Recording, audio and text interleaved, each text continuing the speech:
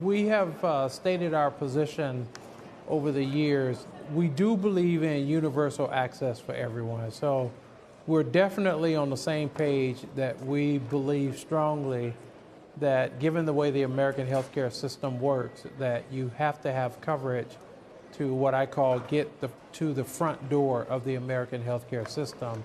We believe in universal access.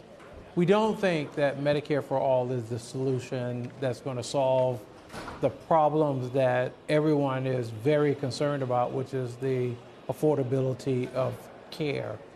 We will be spending the next 10 or 15 years, once again, focused on the coverage side of the healthcare landscape.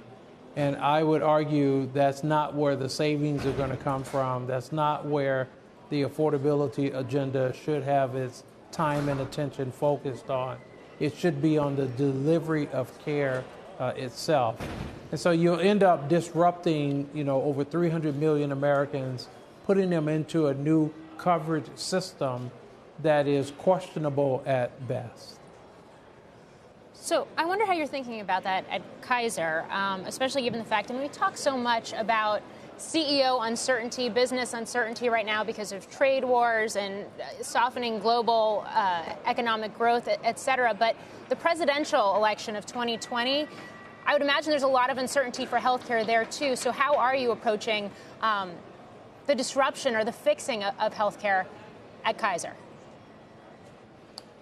Well, we are one of the unique organizations in the country when it comes to healthcare because we're designed and we're organized where we provide both the coverage and the care, number one. Number two, people call us a closed system, even though we do buy services from outside of the four walls of Kaiser Permanente, but we have all of the resources inside of Kaiser Permanente to provide care and coverage to our 12.4 million members around the country.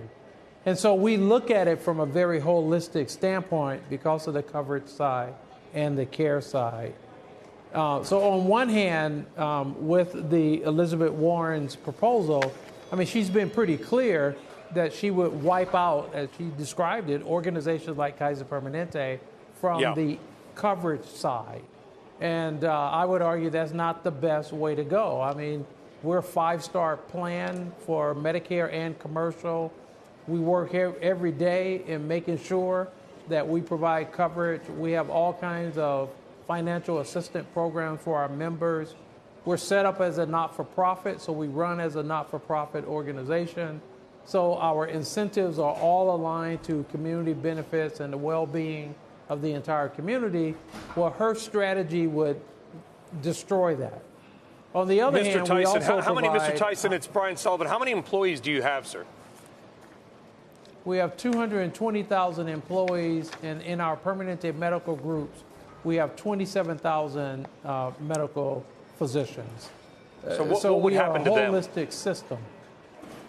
Well, I'm assuming that the majority of them are on the delivery side, and so however she's thinking about constructing the care side of her proposal, they would fit into that category.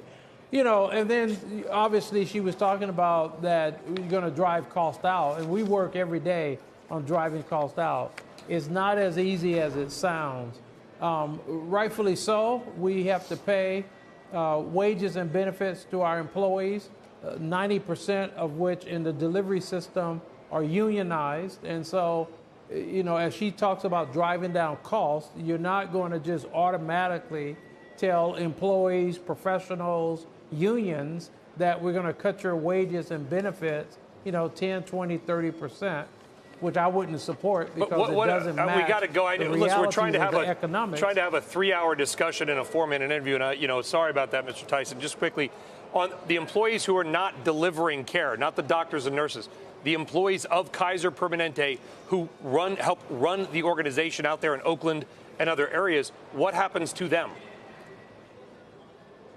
Well, if there's no, if you will, option for selling commercial insurance, which is what she's suggesting, they would have to find jobs elsewhere. Now, there may be new jobs created, obviously, with her program, but we don't have any of those details.